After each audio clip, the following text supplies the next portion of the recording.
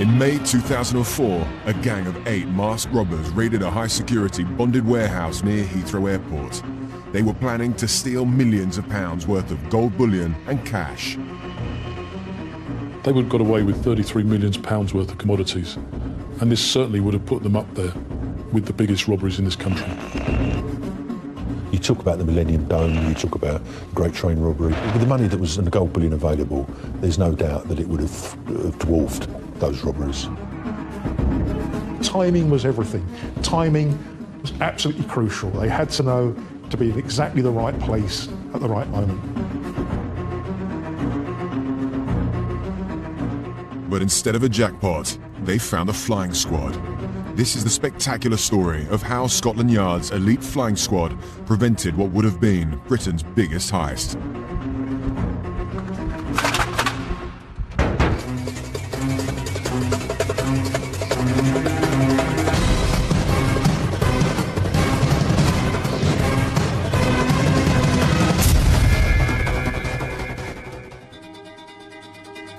Gold and cash. That's what an armed gang tried to steal from a cargo warehouse at Heathrow. The gang raided the warehouse this morning. They threatened staff with knives and cudgels. Armed police were lying in wait for the gang, and 7 people have been arrested. It's quite ironic that neither the police or the robbers were aware of each other's existence. It wasn't until it reversed through the shutters that you realised that actually this was game on. You have to say, to do a job like that, you've got to have balls of steel.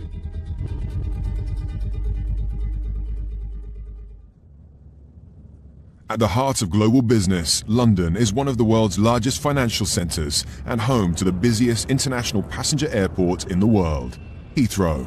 It serves over 180 destinations in more than 90 countries. Heathrow's the main centre within the UK for not just passenger travel, but mainly its biggest income is through cargo. You have enormous quantities of very valuable items going through Heathrow in the cargo holds of planes. Huge quantities of cash travels in the freight holds of aeroplanes every day. You know, when you get on an aeroplane and you go off somewhere on a jet, you know, literally sitting beneath your feet on a plane quite often will be a fortune in one sort of stuff or another. With such enormous wealth in daily transit, London's Heathrow Airport has always been a magnet for serious, organised crime. The world-famous Brinks-Mat bullion robbery happened at Heathrow Airport. In that case, the robbers actually went thinking that they were going to get cash. They actually got tons and tons of gold bullion. In the 1980s, it was said to be worth, I think, 26 million. At today's prices, probably, you know, several billion pounds worth. Then, in February 2002, a highly organised criminal gang pulled off a dramatic armed robbery on the runway of Heathrow Airport. A security van was robbed for £4.5 million from a Bahrain flight that had come into Heathrow that morning. It was the first armed robbery ever to be committed airside at Heathrow. Heathrow's history of large-scale heists has earned the area an infamous reputation. There are a number of people that worked as baggage handlers and behind the scenes at Heathrow who know how to operate the security systems, how to breach the security systems, and that has assisted them in all sorts of crimes, whether it be the drug importation at the top end or baggage theft in a lower tier of criminality. There's always that promise of an opportunity to steal literally big money. They know when high-value commodities are coming into the country that is then moved airside out into the exterior to the various warehouses where it's put in vaults until it's transported to other parts of the country. So they can not only just steal from the baggage, but they know exactly how to get it off the airport. In the last few years, Heathrow has experienced a large shift in the pattern of crime occurring. Starting really in the late 1990s was, of course, the huge growth of the computer industry. And computers run on information chips. And those information chips are small, but they're very valuable. You've only got to look at mobile phones. A small parcel of mobile phones with the SIM cards, you know, that can quite easily be contained in the back of a van, can be multi-million pounds worth of equipment. From the mid-1990s on, these started getting stolen. And this built up a real pace into the 21st century. You know, in 2003, 2004, they were getting, you know, almost a robbery a week, and these robberies were rarely less than about £250,000 worth of goods. With such an epidemic of organised crime, things were getting out of control. This was a problem for the police because Heathrow Airport is actually on the outer margins of the Metropolitan Police District. But a lot of these robberies was happening either in Surrey Police Territory or the Thames Valley Police Territory or Hampshire Police Territory. And if you like, there was no joined up investigative capability there. It was always somebody else's problem. So for the thieves, it was almost an ideal situation. To the point where a number of major companies were looking at pulling out and relocating over onto the continent. So it became an issue at government level. Scotland Yard's Flying Squad, an elite crime-fighting unit combating the most violent of London's armed criminals. They were drafted in with the formidable task of cracking down on the key criminals and bringing them to justice. The Flying Squad is the only detective branch on mainland UK that has detectives who are authorised for surveillance and armed operations and carry firearms. There isn't another unit in the country that has that capability. The Flying Squad would investigate crimes from cradle to grave, and that would be from the initial allegation being investigative to any proactive operation that was subsequently mounted to identify and arrest those that were responsible for the crime. If it's armed robbery anywhere in the London area, it's a job for the Flying Squad. In March 2003, Operation Grafton was formed with the specific task of combating organised crime in the Heathrow area. A dedicated team of officers, you know, with a very good surveillance capacity, you know, criminal intelligence background and so forth, were put in place to try and identify, you know, who was doing this, because there was always a feeling that it could only be a very small cartel of people who were really behind nearly all of these crimes. Operation Grafton, when it looked at the profile of the criminals that were operating in those early days in and around Heathrow, identified something like 200 to 300 criminals that lived down the M4 corridor. There's two types of major league criminal been working at the airport over the years. There are thieves who steal things from the warehouses by sleight of hand, by literally prizing open boxes and taking out the valuable contents. And there are robbers. These are the people who go in with guns, put them in somebody's face and say, give me the goods. But what you had is a small number of criminals that were organising, if you use it in old terminology, the draftsmen that put the jobs together. And then they would bring in other criminal elements of a lesser nature, usually criminals that had ducked underneath the police radar because they hadn't quite reached the level of criminality that brought them to notice. Operation Grafton was set up to combat the number of crime that was occurring in and around Heathrow Airport. It was established to set up lines of communication between the three force areas, namely Surrey, the Metropolitan Police and Thames Valley area, so that they all worked in a coordinated fashion. But Operation Grafton was facing other challenges. All of the criminals that operate in and around Heathrow Airport are very tight-knit, and they're infamously famous to try and infiltrate, almost impossible at the end of the day.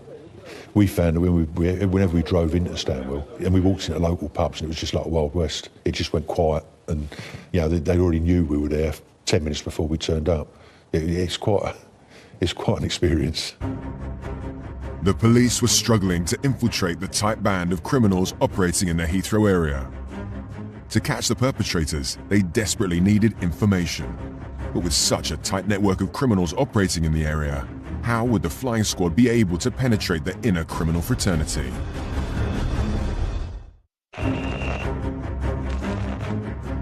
After a series of high-value robberies in and around London's Heathrow Airport, the British government turned to Scotland Yard's Flying Squad to find those responsible and tackle the high crime levels. In March 2003, Operation Grafton was formed, but the Flying Squad was struggling to clamp down on the close-knit community of criminals. However, their fortunes were about to change when the police arrested a baggage handler thief who came forward as a supergrass. An assisting offender, as they're officially known, but in old parlance, a supergrass, came forward. Looking for a name. So I'm after a name. John Beach. The Supergrass told us that John Beach was the man responsible for organising the crime in 2002. John Beach, age 34, from Stanwell. John Beach, leader of the gang, bit of form. That placed him at the top of the list for flying squad attention in pursuing that investigation, and we placed him under surveillance.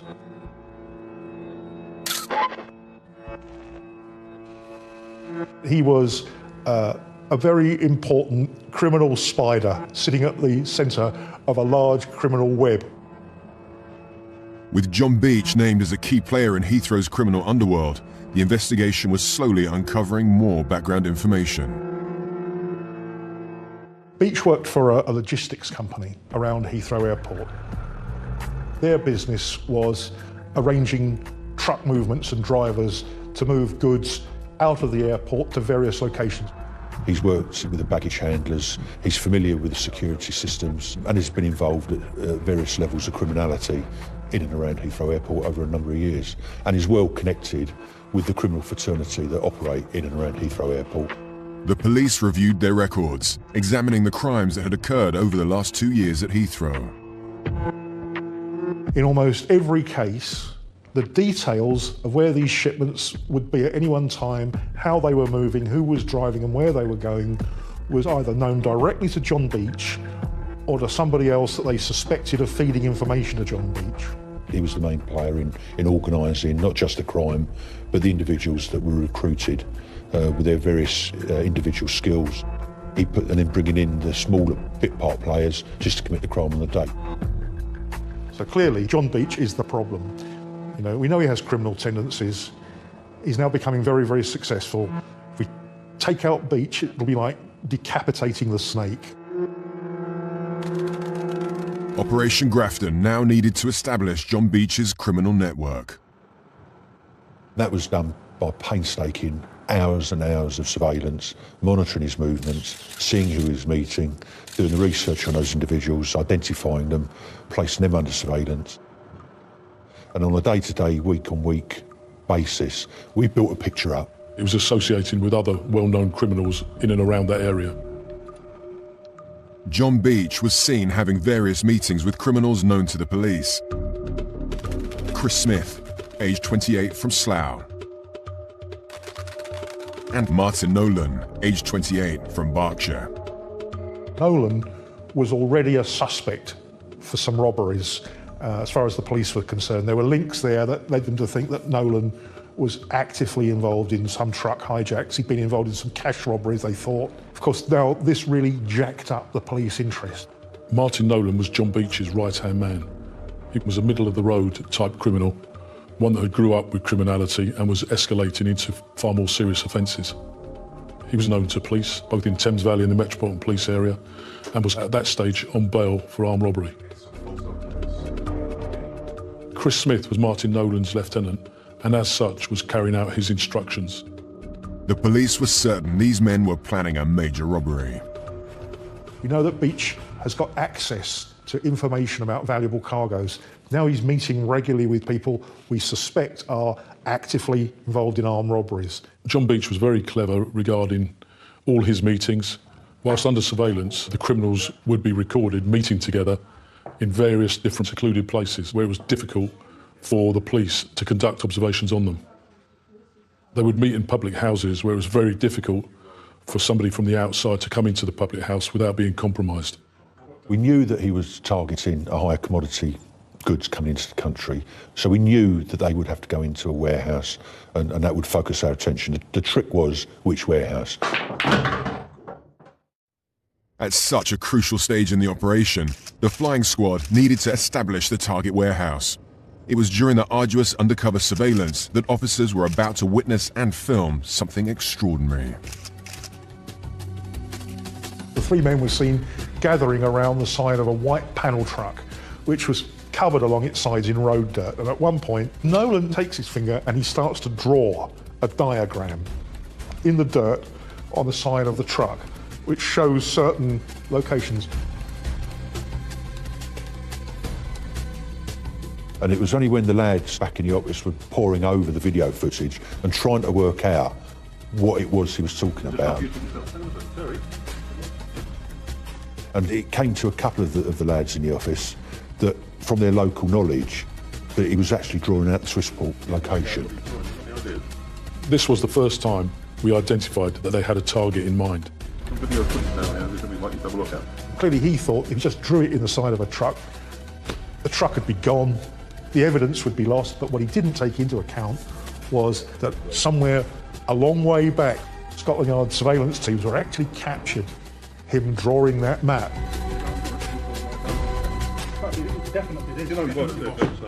We knew that we were game on. We knew that they were at the advanced stages of committing an offence. It raises the stakes, as you know that they're towards the end game. Nobody wants to be the one that actually compromises a job and blows it out. So it puts pressure on everybody. Swissport provides global airport and aviation services for over 100 million passengers. Situated in 36 countries, it is also the world's largest cargo handling company, with a staggering turnover in 2010 of approximately 1.3 billion euros. They have a number of bonded warehouses around the world where, say, cargoes coming in, for instance, to Heathrow Airport need to be cleared by customs, but it would hold up the airline business if that was done at the airport. So it's shifted out of the airport premises, out to a big warehouse like Swissport. The warehouse has layers of security, starting with electrified perimeter fences, very high fences with razor wire on top to stop people actually climbing over into their premises. Then they have very, very strictly controlled access for both people and vehicles in and out of this vast hangar of a building. Once inside the high-security warehouse, there is a large floor space with a number of roller shutters to the front and back of the building for the delivery of cargo. High-value goods such as cash, gold, precious cargo, metals and stones are delivered through a separate entrance, which leads directly to an impregnable, secure vault area. Probably its biggest weapon that they have in keeping things secure is the fact that it's anonymous. Unless you have good inside information about what's in a particular truck coming or going, you don't know exactly what's there. But in this case, the criminals had access to crucial high-security information. Timing was absolutely crucial. They had to know to be in exactly the right place at the right moment. And you can't do that unless you've got an inside man's information. Every robbery, every job in and around Heathrow Airport I've ever been involved in has always had an inside agent. John Beach was very clever because he never contacted the inside agent directly, but went through a third party. He knew what the valuable cargo was, how big it was, how much there'd be of it. Armed with this crucial intelligence, the flying squad arranged meetings with Swissport officials to explain their findings. We gained access to what commodities were being flown in and out of Heathrow Airport and their times of arrival. Swissport's schedule of high-value cargo deliveries revealed that the depot was due to receive a huge consignment of cash and gold bullion worth £33 million. These would be arriving separately on planes and delivered to the warehouse on the same day. The police were fairly confident they knew which day the robbers were going to strike, because the police, of course, also knew which day the gold bullion and the 3.5 tons of cash money were going to be arriving almost simultaneously at Swissport. Once we had established that there was gold and large value consignment of cash coming into the country on the day, we very quickly put an operational plan in place to surround the area with covert officers. When we were looking at the arrest phase for this operation, a number of options are available. One is to keep it completely covert and wait for the villains to come on plot. Or the second option is to actually infiltrate the warehouse and put undercover cops into the warehouse. But we weren't sure how many inside agents there were. To actually expose ourselves into the warehouse would have given certain individuals knowledge that would then have been passed to Beach. Based on the information we had, it was like a jigsaw. We had identified a venue, but we were missing the pieces of how they were actually going to commit it, or who was actually going to commit it. The police plans and the robbers' plans were running in parallel together, and they were both building up to a climax. So, like a game of chess almost, the police were making their plans to counter the robbers. With the investigation gathering full momentum, how would the flying squad be able to uncover the robbers' plans to carry out Britain's biggest heist before it was too late?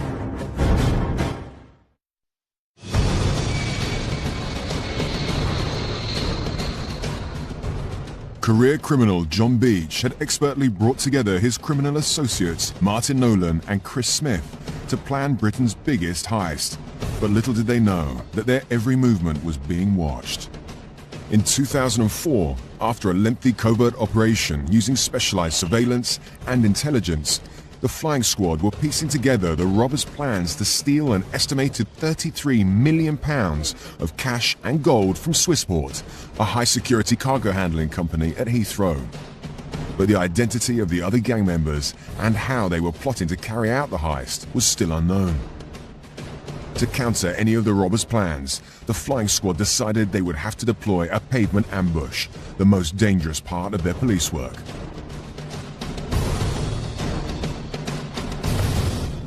The technical term is armed intervention. Whether it be a hard stop on a vehicle, on suspects with firearms in their hands, going across the pavement, as we call it, at the point of committing an armed robbery. Gives you the maximum amount of evidence that can be achieved as you're actually taking them out just prior to them committing the offence. So whilst it is the most dangerous part of the operation for a flying squad officer, it is the most important part of any conclusion of an operation to get the quality of evidence we need to convict. A pavement ambush is a high-risk strategy that has many dangers, not only to the police, also to the offenders, but more importantly to the public themselves. Safety is always a paramount concern. We won't put a pavement ambush in if it will put people or members of the public in danger. We would rather leave it and fall back to other tactics. There've been many, many times when armed operations in these circumstances have gone wrong and people have been shot, the police have shot. In my career, many people in the commission of robberies, and on occasions I've known people personally who've been shot and wounded by robbers during this kind of operation.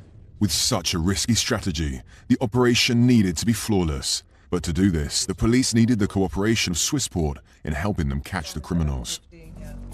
We had to impress on the Swissport senior management that this had to be just like any other day at the Swissport depot. Should anything have been out of the ordinary, then the inside agent may well have realised that, and the whole operation would have been compromised. It's an awkward conversation because paramount to everybody's thoughts was the safety of the employees at Swissport. We had to make sure that we didn't put those individuals in any risk. It was very difficult to plan for every contingency when you have such limited information and just have the venue without knowing how it was going to be committed or how many people were actually going to commit the offence. We couldn't guarantee the successful conclusion of the operation by infiltrating the workforce because we didn't know how many inside agents there were. With Heathrow and Swissport's full assistance, the flying squad were edging closer to completing their mission. But time was fast running out. Who and how the criminals were planning to execute their robbery was still unknown. We could only go on our previous intelligence, and that was the robbery in 2002. That was committed by two men dressed as BA staff, carrying a firearm, and this robbery was committed airside. So we had no idea whether the robbery was going to be committed when the plane landed, or whilst it was travelling to the Swissport depot, or actually at the Swissport depot itself. There were a number of ways they could have committed this offence, and we had to be prepared for every one of them. Every crime syndicate is made up differently. There's usually a draftsman that puts the job together, but where you've got a job like Swissport, it didn't just need people to drive the vans, put the job together, who had the contacts to get rid of the high-value commodities after the robbery. You needed muscle on the day. Beach, the Nolans would have all known individuals that they could call on. With such high stakes, the flying squad's ambush tactics needed to be perfect. On the 17th of May 2004, the day of the heist had finally arrived. There was a briefing in the early hours of the morning, where each officer and each unit was assigned specific tasks. Each officer was briefed that he had to be aware of his surroundings and not to disturb the environment around Heathrow Airport, as this may well compromise the operation.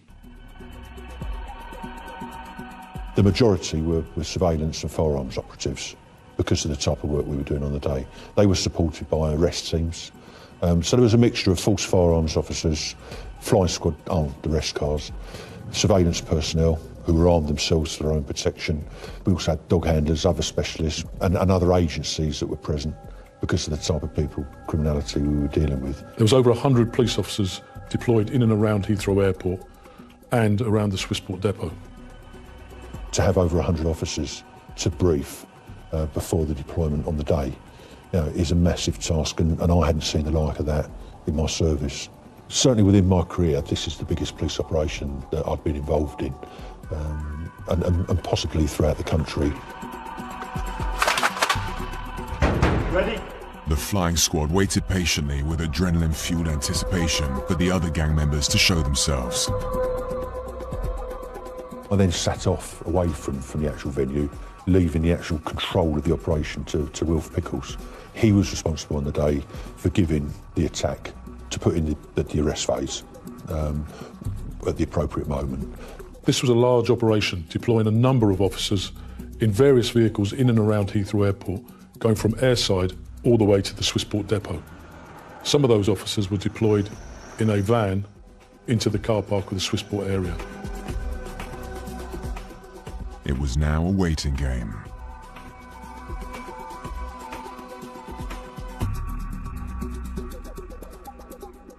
I was sitting a distance away from the venue with a reporter and a photographer from a national newspaper who had been authorised to cover the robbery.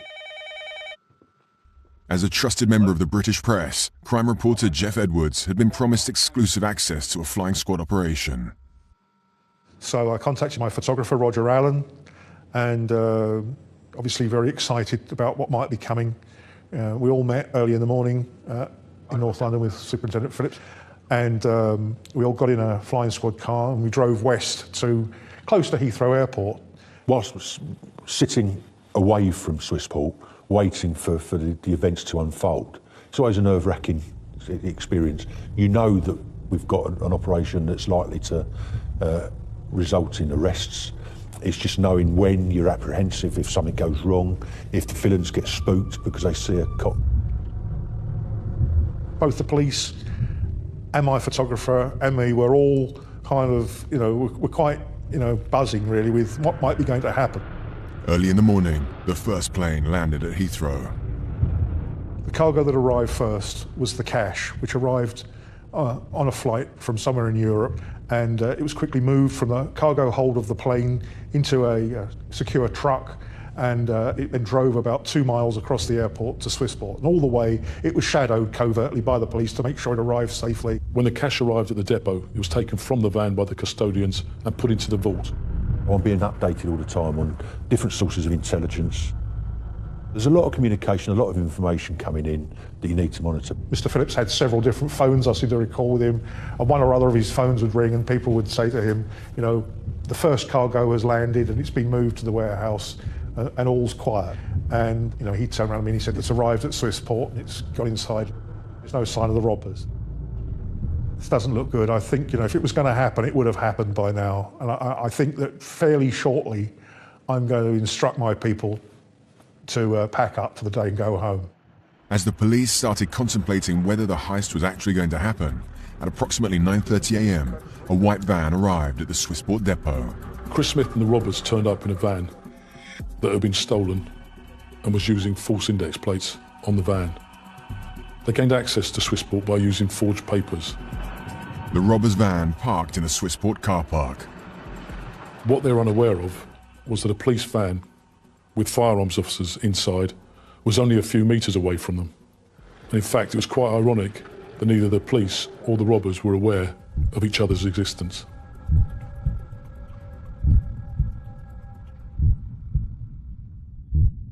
Literally, side by side. Very shortly afterwards, the plane carrying the gold bullion touched down. From the airport and covertly shadowed by the police, it was then delivered to the Swissport warehouse.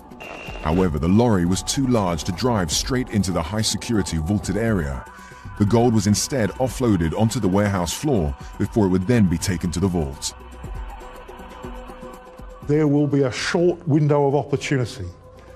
Where this load of bullion will be vulnerable is when it's physically unloaded back from the back of the truck that's just brought it from the airport, and it's got to move across this warehouse floor to the secure compound. It was now or never. After the gold had been delivered, the white van then all of a sudden immediately reversed back through the shutters. We had no idea how the actual robbery was going to take place. But when the van actually went through the shutters, we knew then that this was the offence. Everyone up until that point could be forgiven for thinking it was another delivery van coming in and reversing up to the shutters. It wasn't until it reversed through the shutters that you realised that actually this was game on. This was actually happening.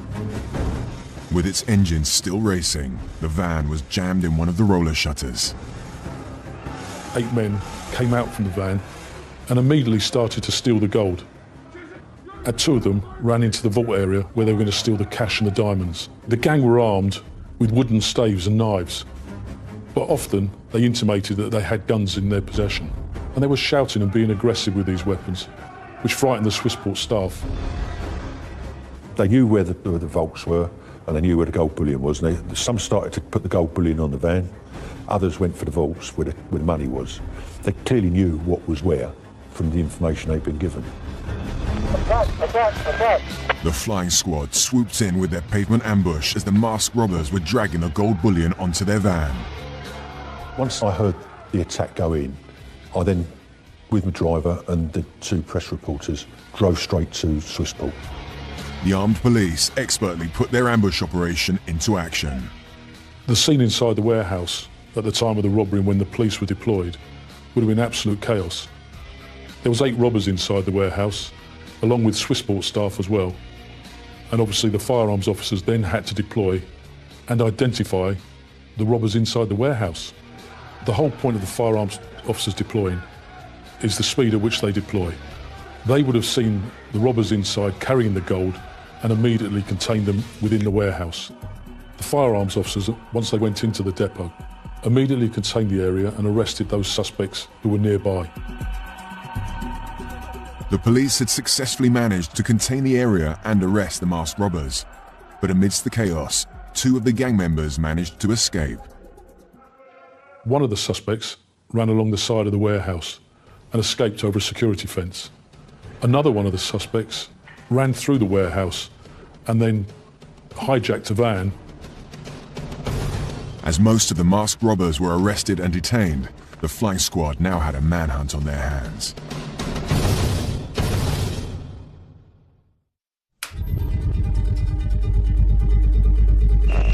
The flying squad were planning to foil a gang of masked robbers as they attempted to carry out Britain's biggest heist at the world's largest cargo handling company, Swissport. But despite having pieced together crucial information, they were unable to identify the other gang members or how they were planning to carry out the robbery. Instead, the flying squad had to prepare for every eventuality. Much to everyone's surprise, when a white van containing 8 masked robbers reversed at high speed into the Swissport warehouse shutters, the flying squad immediately deployed their pavement ambush. They quickly captured and detained most of the criminals, but during the raid, 2 of the gang members had managed to escape. As we swept into the yard, off to our right, I could see a roller shutter door, and jammed halfway through this roller shutter door was a white Mercedes Sprinter van that had obviously been smashed backwards through the door as the door was shutting, so it was sort of jammed in there. Barry said to me, "Jeff, wait here, I'm just going to make sure everything's okay." And he sort of jumped off the police car, ducked under the barrier. When I walked into the warehouse, it was just a scene of utter devastation. You've got the van that smashed through the shutters, and then you've got, in the good old-fashioned way, the villains laid out on the floor with handcuffs on. Within 60 seconds, he was out, big smile on his face, and he said, "Come inside." He said, "I've got something really interesting to show you." We've got them, they're all laid out. The actual expression he used, I love it, he said they're all laid out like ham salads. We walked into the warehouse, and sure enough, at various locations around the floor, there were men lying face down. Most of them by this point had been handcuffed, but they hadn't been moved from where the police had actually ordered them to the floor. For the first time, the identities of the masked robbers would be revealed. Chris Smith, aged 28, from Slough. Derek Sheehan, aged 32, from Hammersmith. John Davis, aged 20, from Slough. James Fox, aged 30, from Ascot. Anthony Charles, aged 34, of No Fixed Abode. Alan Lamont, aged 30, of Slough. One of them was very upset, did a lot of shouting and swearing and made a lot of threats to the police and to me and to others. It was, you know, it's water off a duck's back. You expect that sort of thing in those circumstances. We were only probably 2 minutes behind the action. And it was an extraordinary sight because it was slightly eerie because there was really no movement, not much going on at this stage because clearly the police were just holding the situation while other police vehicles were brought there to take the prisoners away. The crime scene was very fresh. My photographer started to photograph pretty much everything he could see. One of the robbers, the police had grabbed him, they'd handcuffed him and they sort of sat him down and he still had a sort of a ski mask pulled down over his face. And as we walked round there, Superintendent Phillips said to a couple of his officers, let's have a look and see who he is. And they rolled up the mask and it was this guy, James Fox. Fox was actually sitting up against one of the boxes of bullion. With what we dubbed it the Hamlet moment. You can imagine that tune cutting in at that point of, you know, when his realisation of how his day had suddenly all gone terribly wrong.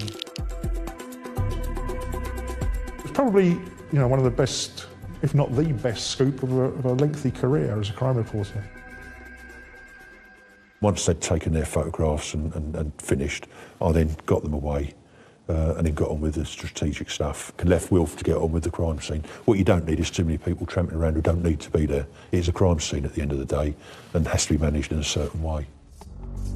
The flying squad were hugely relieved the pavement ambush deployed successfully and no one was harmed. But they knew they still had a manhunt on their hands. One robber was on the loose. He had run down the yard at the back of the warehouse, and the next premises along was an Esso fuel depot that supplied aviation gas to Heathrow.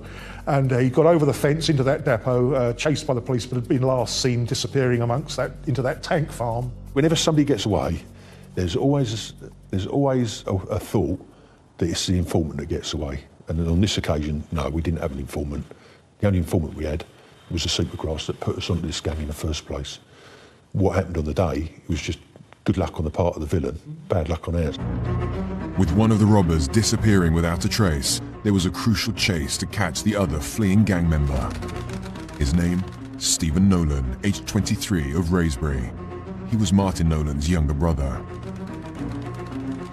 He forced the driver out of the cab, jumped in the cab of this 2.5-ton white truck, gunned the engine, gone racing out of the yard, smashed through the drop-down barrier on the exit, tore off into the side streets around Heathrow, hotly followed by the police, and there was a hair-raising car chase. Went on for about 15 minutes until Nolan drove onto a small housing estate nearby, crashed the truck into a wall, jumped out, and ran fairly predictably to the house of his girlfriend. Within minutes, the police had surrounded the flats and he was arrested.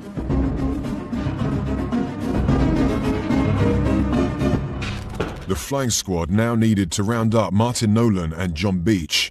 These criminals tried to keep their hands clean by not taking part, but the net around them was tightening. As soon as Nolan realised that the police had arrested his accomplices, Nolan then left London and travelled to the West Midlands. Martin Nolan was eventually arrested at East Midlands Airport when he was awaiting the arrival of a friend. Beach, of course, who was the main architect of the job, had an alibi for the robbery itself. He was at work back at Heathrow Airport, probably waiting for the joyous news that there'd been an enormous robbery and you know, that it had been a clean getaway. On the day of the robbery, John Beach was conducting his deliveries as usual. However, what he didn't realise was he was under surveillance. And as soon as the robbery took place, he received a telephone call, and one of the surveillance officers noted that he appeared agitated when he took that call. After the robbery, Beach got back in his van and drove past the Swissport depot. In July 2004, 2 months after the foiled Swissport robbery attempt, the flying squad arrested John Beach once they had evidence of his involvement in the 2002 robbery at Heathrow Airport. He was charged for both offences.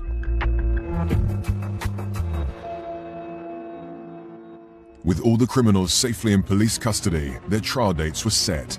The men pleaded guilty to conspiracy to rob Swissport, except Martin Nolan and John Beach. You have been found guilty. Whilst Martin Nolan was found guilty, the jury were unable to reach a verdict on John Beach. In his 2006 retrial, John Beach was finally found guilty for both the Swissport and the £4.5 million airside robbery in 2002.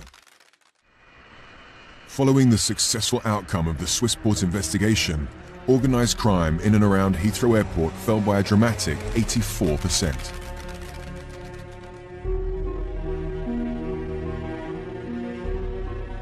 And that was a combination of a number of operations that have been conducted by Operation Grafton and by the flying squad in partnership with Customs and Excise, Thames Valley and Surrey.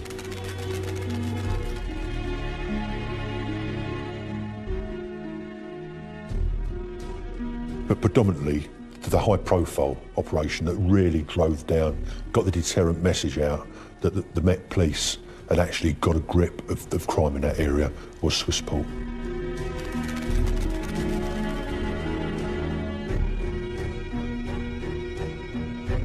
With the reduction of crime in and around Heathrow, it also showed the role that John Beach was playing in crime around Heathrow Airport.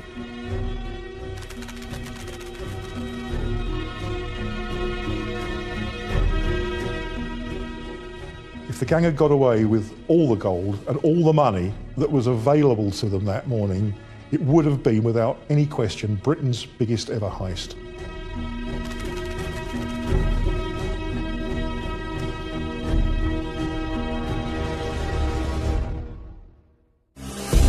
Next tonight on CI, an exclusive new take on one of the most dangerous men in British criminal history. Sentenced to life in prison last month for a fourth child murder, the suspicion remains that the full horror of his past has yet to be uncovered. Taggart's John Mitchie profiles Robert Black after the break.